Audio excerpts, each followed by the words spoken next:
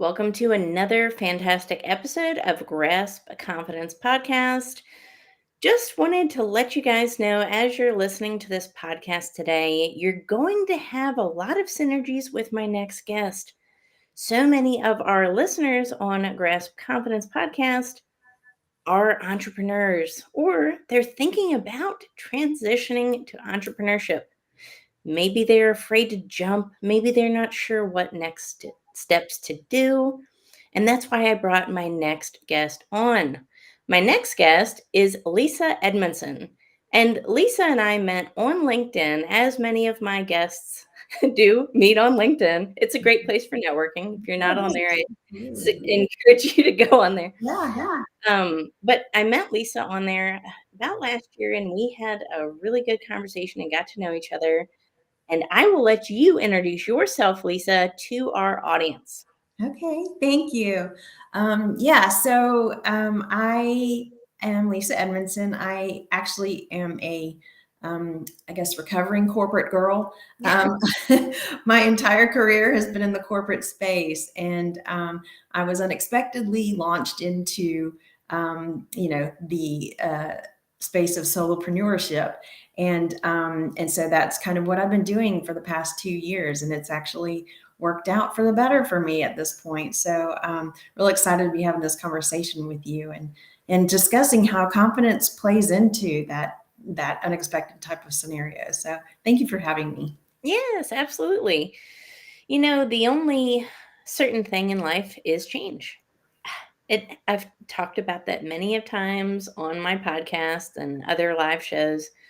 We never know when our lives are going to change. It happens, right? And a lot of times we think, even, we're in a corporate career, we're in that in that construct of corporate environment, and we think we're in a safe space, don't we, Lisa? It's really easy to Yeah. think that we're safe and our jobs are secure, but not all of the time, right? Right. Yeah. I mean, I had been in this job for almost 11 years, and so at that point you think, okay, I can, I'm pretty safe. But really it, quite frankly depends on the dynamics that you're working in, so a change in leadership, Mm. and just like that, Lisa no longer has a job. So it could be as something, as simple as that, or it could be, the company is having mass layoffs. I know that impacts a lot of people sometimes. So yeah, so it feels like it's a safe space because I think because you get the recurring paycheck, but it's not uh, um, a solution, that doesn't have its faults. So it can go either way. But for me, yeah, it took me unexpectedly, being kicked out of that safe space to, kind of embrace the alternative, which is entrepreneurship. Wow, sounds pretty similar to me, although I decided to leave. But yes, it is strikingly similar, right? Hmm. And it takes a lot. First off, if you get let go, it takes a hit on your confidence. Hmm.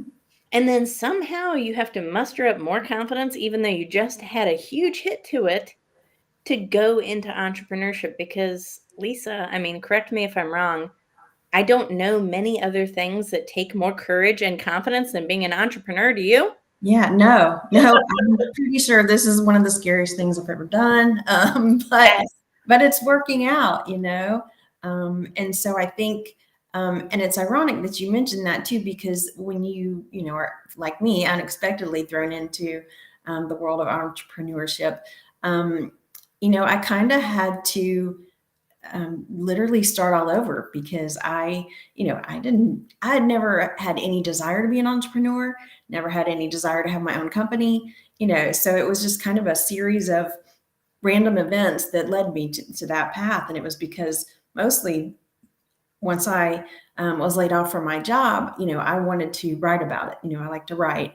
And so in my head, I was thinking, to help me get through the emotional, turmoil of being let go after that long, I was like, I need to write about it. I need to blog. And then it just kind of led to, well, if I'm going to blog, then I should probably have a website. If I have a website, I should probably have a company, and so it literally was like Not a lot of forethought put into it.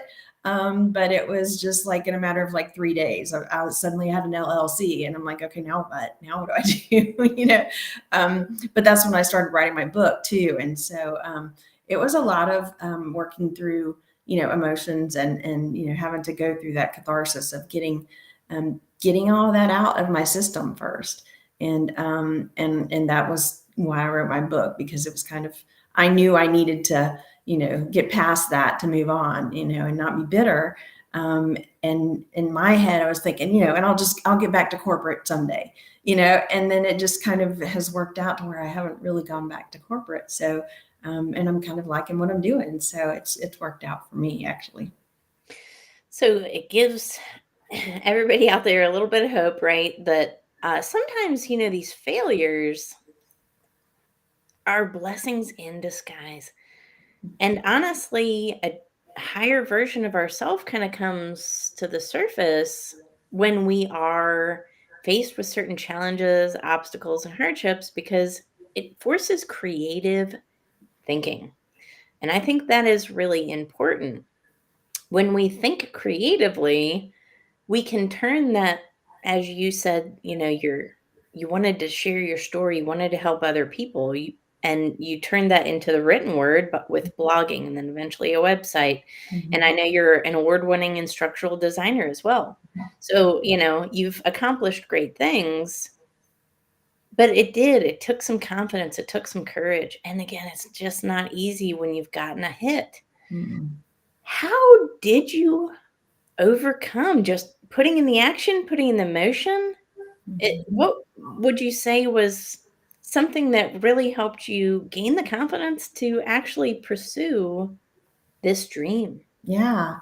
And that's a good question, because before that happened, I would have never even imagined, that I could even survive something like that, right? You think your Yeah. life is over, right? I mean, it's like the end of the world. But ironically, I went out to LinkedIn for the first time in, like 11 years. I had joined back in 20. Wow. I joined in 2011. Just general, put my name on there. Never touched it after that. And so literally, yeah, so this is like 2022. I went out to LinkedIn and I'm like, what's going on in the rest of the world? Because you're in your own little bubble when you're in corporate, right? And Mhm. there's a lot going on out there. And I stumbled across, just a couple of connections that led to more connections and more, and including you. And I think you might have been part of that Social Saturday thing that happened back then. Yeah, and just met lots and lots of people. And so really, it was having other people um, that were kind and compassionate and helpful, that kind of restored my faith in humanity, right? Because, at that point, you're like, everybody's hateful, everybody's mean, they're just, people are bad. But LinkedIn, the people on there that I came across, they were very kind, very helpful, not self-serving, willing to help you out and that kind of thing. In fact, I think that's how you and I connected, because I think I had a question about something you had done, and you just, kind of offered me your advice. Mhm. Um, and so it was literally like creating a whole new realm of contacts, people that I had never would have met before. Yep. And people that I feel, quite frankly, are really close friends at this point. I mean, these are people that I text, every day and talk to every day. I had lunch with them, one of them a couple of weeks ago, that happened to be local. And so in my head, I'm thinking I never would have met these people if I Yeah. hadn't have been let go from that job. And so I'm so grateful for it. But yeah, so surrounding myself with some positive, supportive people, it really made it easy to kind of, get over that whole, it's the end of the world because I lost my job kind of thing, and make me feel hopeful. And then also give me, other possibilities. It's like, have you tried this? Well, what about this? And I know this person, and let me put you in contact with that person. And so it really was just, having the right people around me. And I stumbled across it, but I'm thankful for it, because it's led me, to places that I never ever would have dreamed of going before. But I'm glad, that I made it there. So yeah. Well, I'm glad that I was a part of you having your faith in humanity restored. That makes me feel good. Right? Um, That's not normal anymore, is it? it's not right, Mm, but it is possible, with the right approach and the right mindset and intention, I believe that. But mhm, that's exactly how you and I connected. So you, were thinking about writing a book, and, I can't remember if I had already published my book or not. I can't remember where the timeline was. But you asked me about just, my general process, and I helped, right? mhm, As yeah, much as I could. I mhm, was very honest. I told you I'm a writer, not an editor. Don't ask right, anything about editing. No clue. Can't do it. If exactly. you pay me to do it, that's a mistake because I'm not good at editing, right? You were ill-advised. Very ill-advised. Don't come to me with that. But I can help with marketing, I can help with Yes. branding, I Mhm, can help with just writing process or some kind of strategy. mhm, But we help each other, and that's how communities are formed. yeah, And you know what? You bring up a really good point that I talk about all the time. So many people think confidence only belongs inside of themselves. And while it does, let me tell you, everyone who's listening right now, it's also your outside environment, the people you surround yourself with, the company you keep. If your outside environment is not conducive for growth, puts you down, makes you feel less than, bullies you, mhm, demeans you any kind of way, your confidence, how could it grow? right. How? Mm, It's an inside game, but the outside is out as important. It's very much yeah, think of yourself as that ecosystem. mhm, What you think of internally in your mind counts mhm, just the same as your outside environment. mhm, And you and I have very similar stories about being bullied in corporate, not feeling like we're fitting in, feeling almost like a black sheep. mhm, mhm, And it brought down my confidence tremendously, Lisa. mhm. Yeah, same here, same here. And it's funny because, you don't realize how down you were until you come out of it, you know? Like I had no idea that, I had gotten, I mean, and fortunately for me, the turnaround between new boss and, let's get rid of Lisa was about 6 months. So it wasn't like a long, period of being, beaten down into submission. But, um, it definitely, you start questioning, oh wait, well maybe I am an idiot, maybe I don't know what Mhm. I'm doing, maybe I've just been faking it for 11 years, what do I know?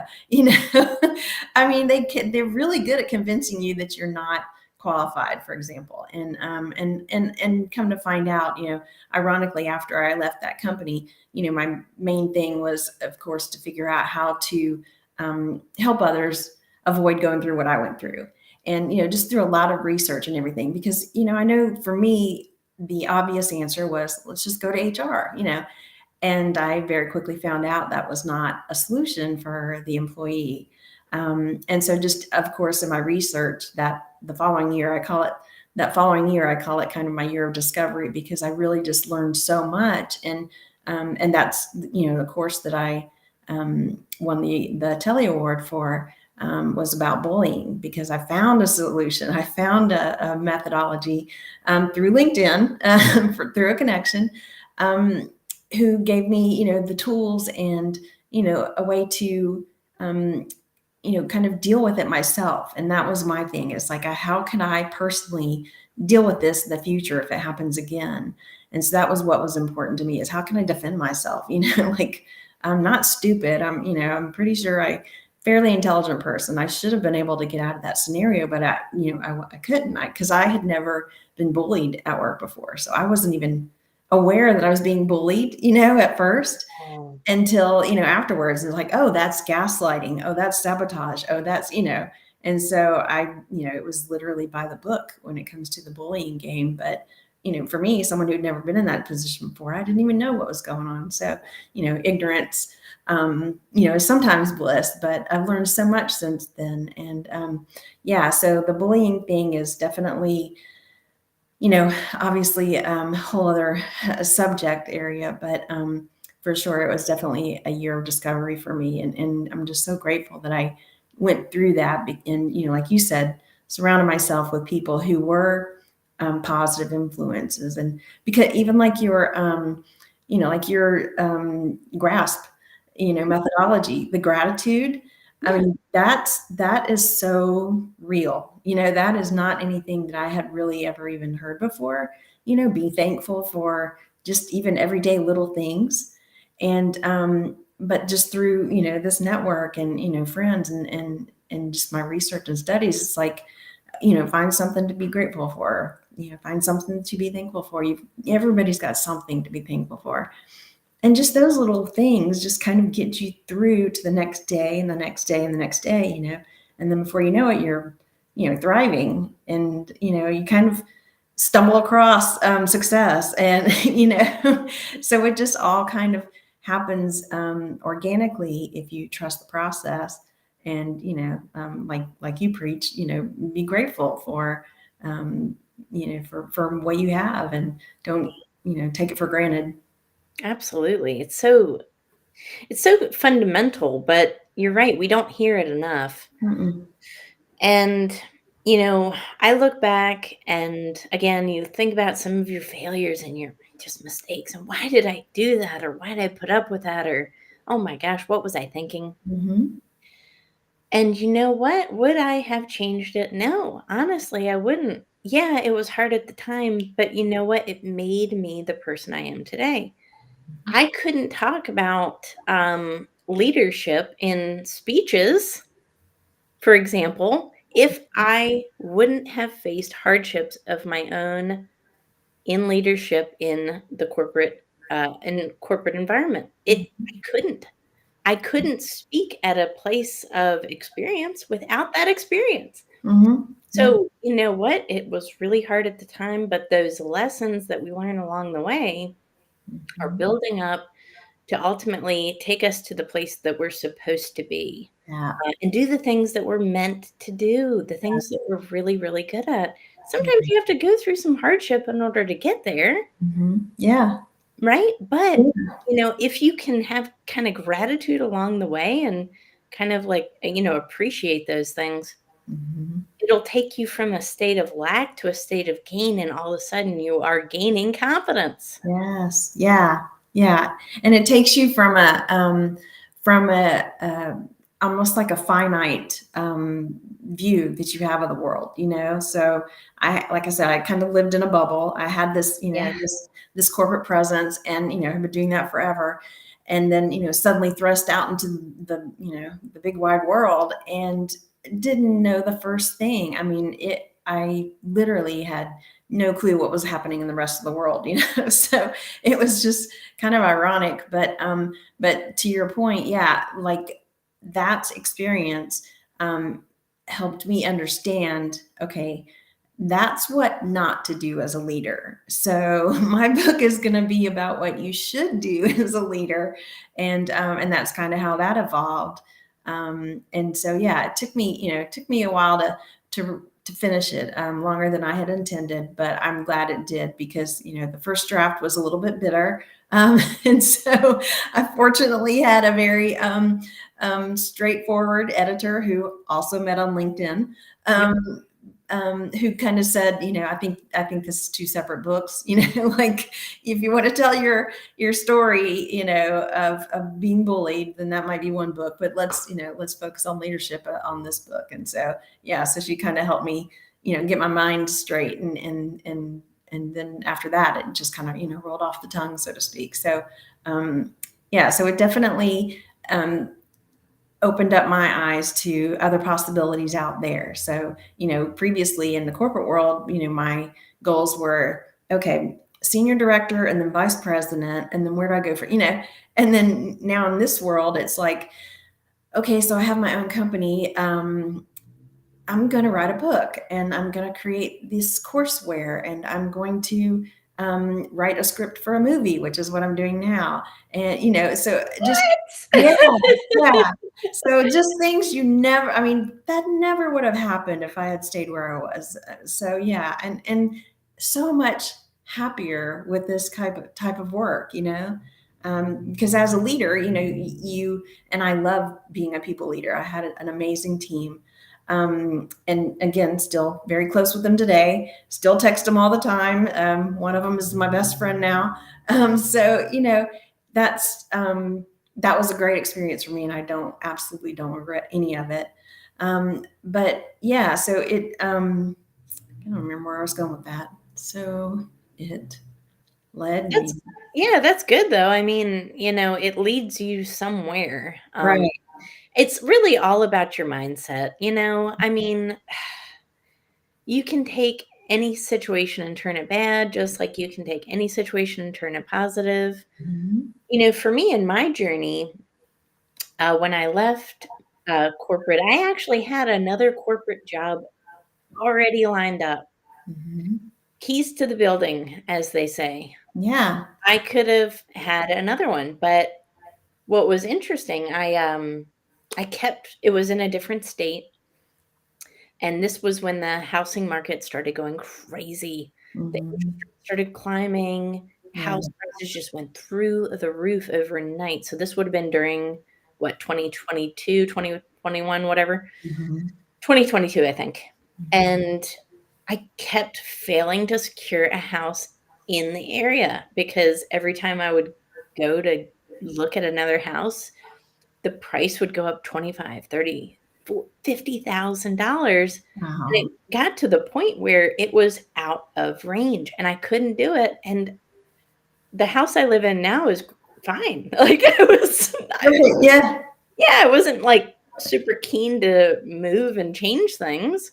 I Mhm. would have done it, but it just nothing seemed to work. I had Yeah. this job, it was already lined up, but I couldn't get there. And you know what? I started to realize that it was supposed to happen that way. I wasn't supposed to get there. And if I did, Lisa, I think about this all the time. If I Yeah. had taken that job, I wouldn't have become a writer. I wouldn't Mhm. have a best-selling book, and I wouldn't have an international TEDx talk. Mhm. Neither of those 2 things were at all on my mind in Mhm. any capacity. I would have never imagined myself doing this even just 3 years ago. Right. Those failures kept me from a larger failure, which was Mhm. not realizing my potential and dreams. Holy cow, think about that. Yeah, I absolutely can totally relate to that because, yeah, and where I was going with my story where I lost my train of thought is, as a being in a leadership position, you do have a finite, a set of responsibilities that you have to, be responsible for. And so, in that role, the creativity that, that I like, was kind of, a second, taking a back seat. And so, didn't realize that until again, I was thrown out into the world. And so, yeah. And then all of a sudden it's like, oh, well, I'm going to create a course and I'm going to create a book and I'm going to, write a movie and, whatever. And so, yeah, I absolutely would never have been able to have the opportunity to even do that stuff, even if I wanted to, in that position, because it was just too, it was all consuming. Yeah. So yeah, it definitely unleashed, some things that I had forgotten that I love to do, and so, I mean, how can that be a bad thing, right? Like, it's like, oh yeah, I forgot I like doing that. It's been a while, but, dust off the cobwebs and there you are. And so Yes. it's been, yeah, it's been a joy. I've really enjoyed it. Oh gosh, and you know what? Don't listen to anyone who tells you that you don't have a skill just because it's not in your job description. Hmm. I wanna bring that up too, because I remember some certain company telling me that, they did not think I was qualified to advise them on digital marketing strategies. And then there was another company I worked for that told me I wasn't that copywriting, was not in my skill set, that I was a bad writer. I have been told by former managers that my I couldn't write an email, Lisa. I had a former manager tell me I couldn't even write an email right. Same. I did too. I did too, literally. You can't make this stuff up. No. You cannot, Yeah. literally, and just a couple years later now, I'm a international best-selling author. I'm like, "You know Yeah. what? I think you were a little insecure maybe." Definitely some gaslighting in there, but it Yes. didn't but we kind of, internalize those things and actually start to sometimes believe Mhm. that that person's insecurities and their limiting beliefs are somehow our own. Right. Yeah. Ooh. It backs you into a corner, and especially if it's your direct boss, who's doing that because they are in control of what you can and can't do. And so if they make you feel that, well, you're just not qualified to do this, and you have no recourse. So yeah, it's funny you bring that up about the email. I literally had the exact same. I've actually gotten told that more than once. So, if again, So you have anybody a real problem, apparently. I apparently I can't write an email, so I have been told that more than once, and I remember each occasion very clearly because my Yeah, it's just you're just, like, bubbling up with anger at that point, right? yeah. I It's remember my old boss standing, behind me, watching me type an email and him saying, "That is not how you write an email." Oh, wow. And I had a former business partner tell me something similar. Oh, Obviously, gone, right? So, yeah, toxicity can happen in right. entrepreneurship as well, so good Yeah, thing to pick your business partners, people that right. really support you because toxicity can happen anywhere, and it'll bring down your confidence in a minute if you let it. Yeah. I Uh, mean, just it's hard. crazy. Yeah. Easy.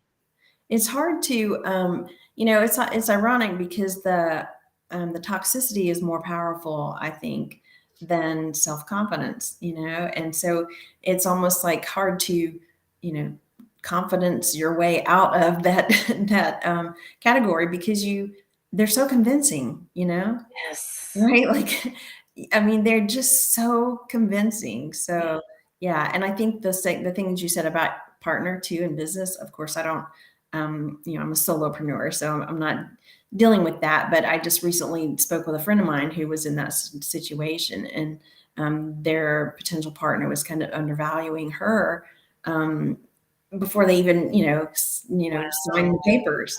And I was like, I think you bring a little bit more to the table than that. So maybe this isn't the right move for you. But definitely, if someone doesn't appreciate your skills, I mean, you can't. There's no convincing them. There's something internal to them, and so it's a waste of your time to try and you know convince them that you are Yeah, still. exactly, and let their opinions be their opinions, and you know Mhm. what? We all have them.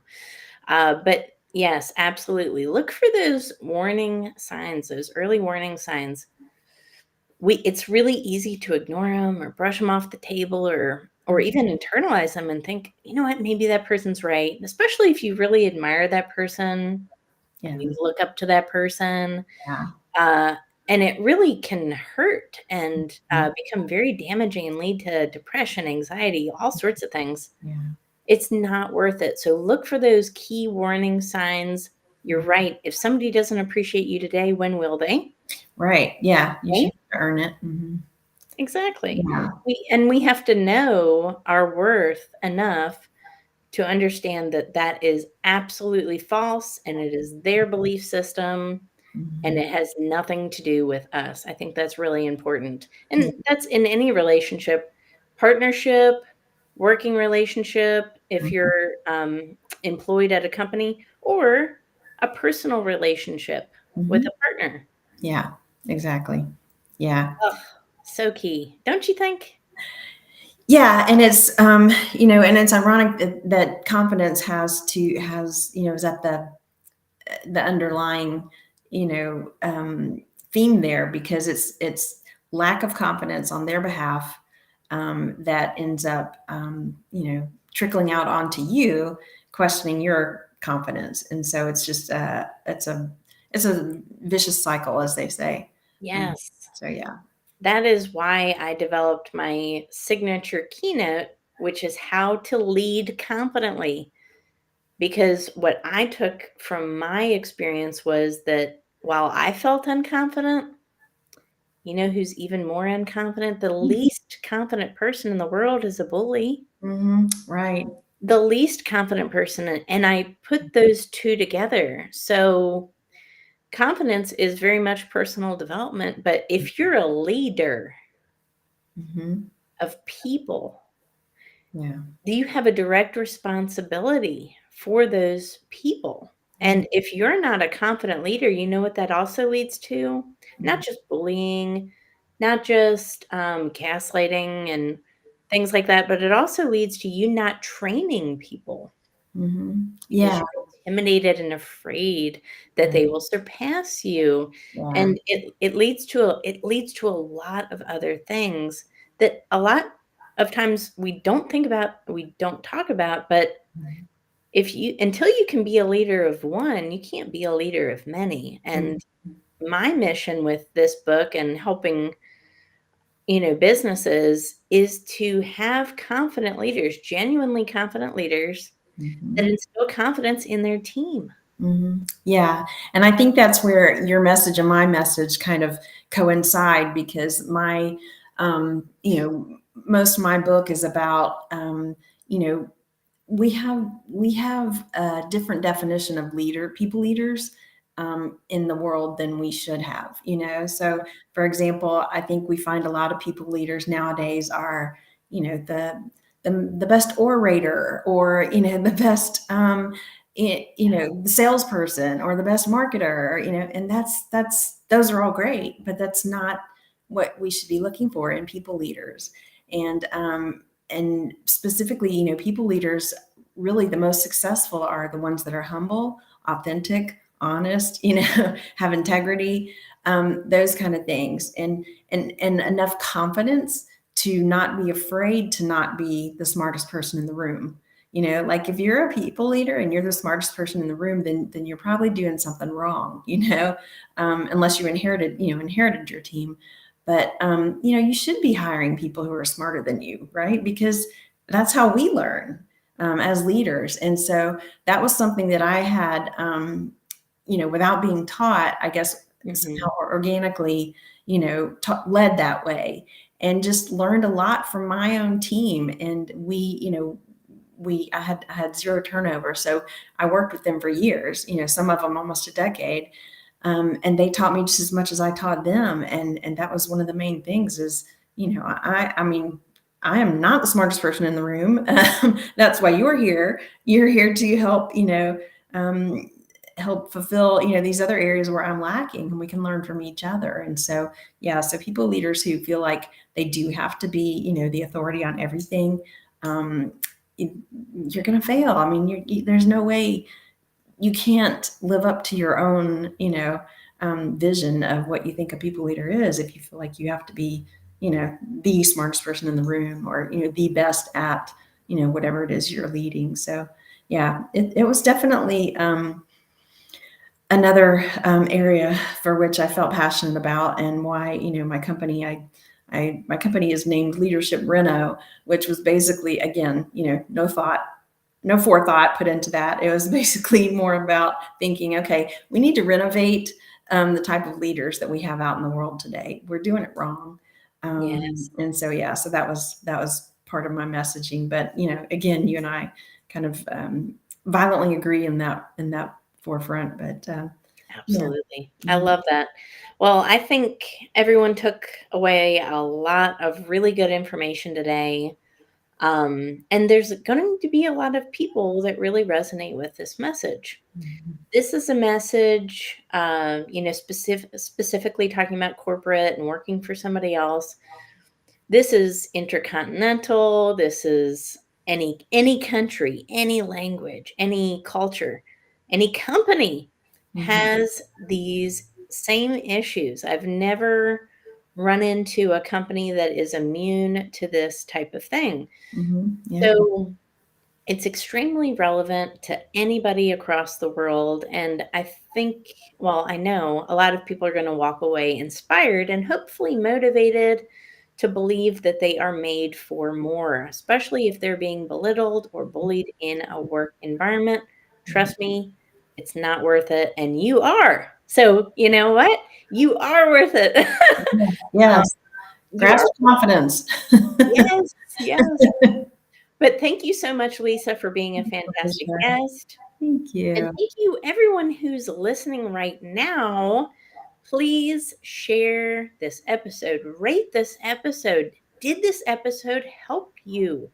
Did it add value to your life? Let us know. Send me some reviews. Let me know how which episode you liked. If there's a specific guest you'd like me to have back again for conversation number 2, I want to hear from my listeners.